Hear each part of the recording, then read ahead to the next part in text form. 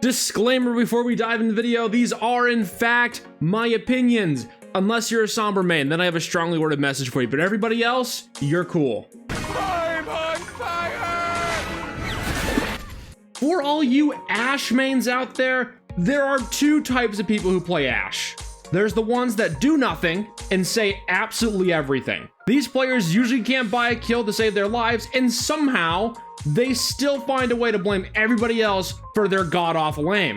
The second type of Ashe player is literally lore-accurate Terminator. This player will delete you immediately, and if you got a penny every time this guy missed a shot, you would be legally bankrupt. The only thing these two types of Ashe players have in common is they both have huge egos. It's just a matter of can they back up that ego with something or not. Jameson folks, Channel 9 News. Mr. Gunboat, sir, how do you think the battle's gonna go? To all my Bastion enjoyers out there, I actually have a fair bit of respect for Bastion mains. I know most people think he's just kind of a no skill, spray and pray type of hero, but you guys are actually a lot smarter than most people give you credit for. You just choose to be lazy and pick someone that's really easy to play.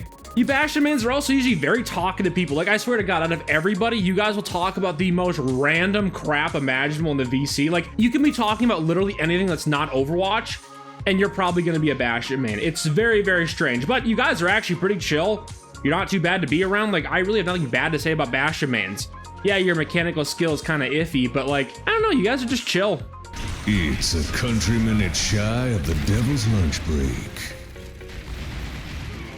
Cassidy. Okay, Cassidy mains. Let's address the elephant in the room. His name is not McCree. It hasn't been McCree for years. No, I don't care if you played him in Overwatch 1. He has a different name now, and they changed it for a good reason. Get with the program. Cassidy mains are some of the most stubborn people you will ever meet.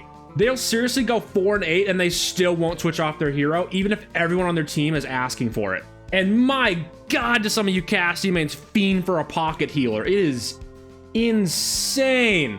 Like, just, come on, get off Cassidy, man.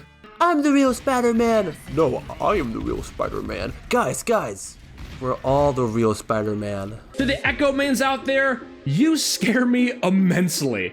Because every time I see an Echo on the enemy team, I basically have to spin a wheel to determine whether or not I'm gonna have a good or bad game. If you're an Echo main that's not actually all that good at the game and just kind of spams buttons and hopes for the best, usually the enemy team's gonna figure that out pretty quick and you're gonna get deleted. But if you do know what you're doing, may God have mercy upon your enemies, because you're an airborne assassin. And you guys are the Overwatch equivalent of an F-35. Cold, tactical, precise, and you guys just terrify me on so many levels. Please stay out of my lobbies. You scare me. I need healing. If you main Genji, there is a high probability that you play Overwatch just a little too much. And despite playing this game religiously, most of you are pretty average at the game as far as like game skill is concerned. You guys beg for healing even when you're 2 time zones away from your support, and somehow when you die, it is literally everybody's fault. And oh my God, don't even get me started when you guys don't get your nano. Woo, you guys are demons. Nice shot! Hanzo mains, it is your lucky day, because I'm gonna say the line that you've wanted to hear for your entire career. Hanzo does in fact take skill to play. Do you spam chokes and just randomly get headshots that you never asked for? Yes, absolutely. But even I can admit that Hanzo does at least take a little bit of skill. When it comes to Hanzo mains, you guys usually are very, very quiet and just try to keep your head down and not draw a whole lot of attention to yourself, because if you do end up drawing attention to yourself, your entire team is going to tell you to switch, regardless of how well you're actually doing. And that makes you very, very sad. I'd say you Hanzo mains are definitely the submissive type. Don't want to draw attention to yourself and you just kind of lay low as much as possible. Unless you start popping off, then you have a field day. Everyone stand very still! For you Junkrat mains, it's actually pretty hard to determine what that says about you, because to be frank with you, there are so many different variations of Junkrat, it's insane. Like, if we're talking low elo Junkrat, worst mechanical skill I've ever seen in my life. Your positioning is absolutely horrible. But for high elo Junkrat players, you guys perform mathematical feats so absolutely insane. It hurts my brain. I mean, seriously, if you would apply yourself, you could probably get a degree in rocket engineering, but you just choose to play Junkrat instead. Like, you guys are all over the place. You are a walking definition of a complete wild card. Personality-wise, you're all over the place. Like, just everything about you is like, I have no idea what to expect when I have a Junkrat on my team. Sorry. To the Mei enjoyers out there, you guys are psychopaths. A lot of people forget that Mei is the ancient enemy of Overwatch. And you Mei mains are usually very, very familiar with that fact, because every time you wall a tank in or a DPS in, there's just this sick, stupid grin you get on your face every time it happens. And it just makes you so happy on the inside watching other people suffer. You guys are just psychos, complete psychos. Whenever I see someone insta-lock Mei, I am very, very concerned for the enemy team. It's just a bad day. Oh God, you guys are terrifying. Space! Pharah mains, I'm gonna look at this as objectively as possible here, and I'm just gonna say, you probably hate yourself. I say this because maining Pharah is a no-win situation. You either do badly enough to where no one really cares to counter swap you, or you do just well enough to where the entire enemy team says, yeah, you know what? You're not allowed to have fun anymore, and they will immediately counter swap everything on their team. They'll have a Bat, Soldier, Cass, Diva, just to ruin your day. There is literally no winning as a Pharah main. It's horrible. I don't know why you do this to yourself.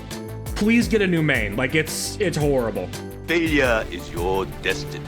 You disrespect yourself. You are made of stupid. If you main Reaper, you probably see yourself as the main character, despite the fact that you can't hit the broadside of a barn, and you also struggle to play literally any other character even remotely well. And the things you do when someone takes Reaper away from you, or someone tells you to switch off Reaper, oh my God, that is a fantastic way to get like an 80% speedrun of being called a slur of some kind. Like, seriously, you Reaper mains, absolutely savage. Like, if we appease you, you're usually okay, but the second someone calls you out or they take Reaper from you, that the gloves are coming off. Like, you are gonna get absolutely blasted in the voice chat. Like, it is insane how much of a fiend these Reaper mains can be sometimes.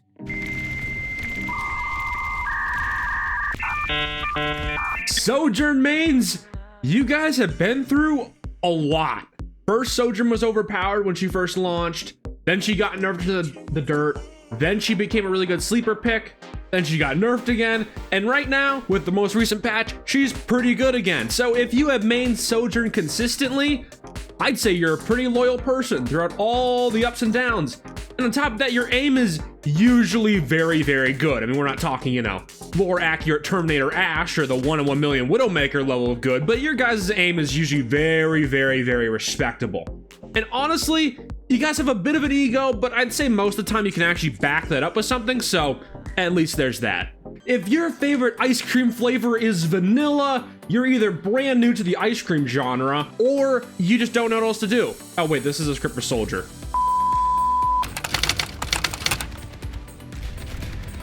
If you main Soldier, you're either brand new to the game, or you don't like being pushed out of your comfort zone very much. You absolutely hate trying new things, and y'all are pretty reliable most of the time, and usually aren't very toxic, but if you're a Soldier main, chances are you really can't play many other characters particularly well. You guys are similar to Reaper mains in that way, except unlike Reaper mains, you guys don't feel the need to lash out at the world. So overall, Soldier mains, you guys are pretty cool.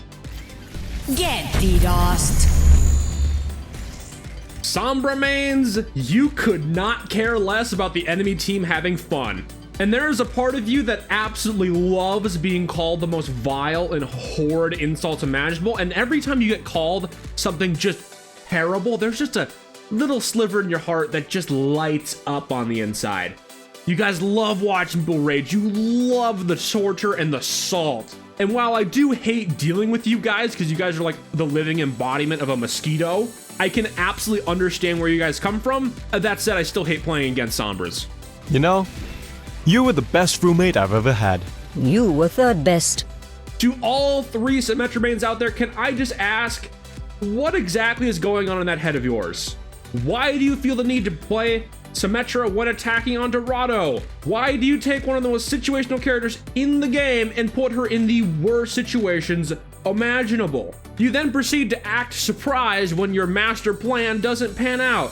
You guys are the walking definition of lights on and nobody's home. That or you're secretly a super genius.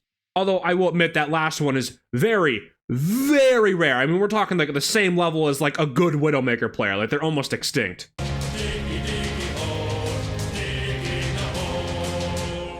Torb enjoyers. You're a very casual person, laid back, chill, don't really play with your brain all that much, and the best feeling you've ever gotten in your entire life is getting a hammer kill on the enemy Reinhardt. As for some of you more competitive Torb players, you have so much useless knowledge in your brain, I'm surprised your head doesn't just explode. And if you are the type of person to play Torb competitively, you probably don't have very good mechanical skill. You're basically like a Hanzo, except a lot shorter, angrier, but hey, at least your game sense is usually pretty good. What is your favorite animal? Cheetah! No, lion. Gorilla? Oh no, sorry, Winston. If you main Tracer, you have the situational awareness of a supercomputer. Your aim is usually really good, and you guys are some of the most smug people I have ever met in my entire life. You guys usually have really big egos, but unlike some of the other characters I mentioned on this list, you guys can actually back that ego up with something. While you may be pretty annoying, I do like having a Tracer on my team that's good at the game. Tastes like dirt. If you main Venture, you just want to play a unique and niche character, and you know, I see the appeal. Venture has an interesting kit, a good ult, and out of all the DPS players, I feel like you guys are the most locked in. I don't know why, but whenever I deal with an adventure on the enemy team, they always manage to make my life absolutely miserable, despite the fact that the character isn't even really that good.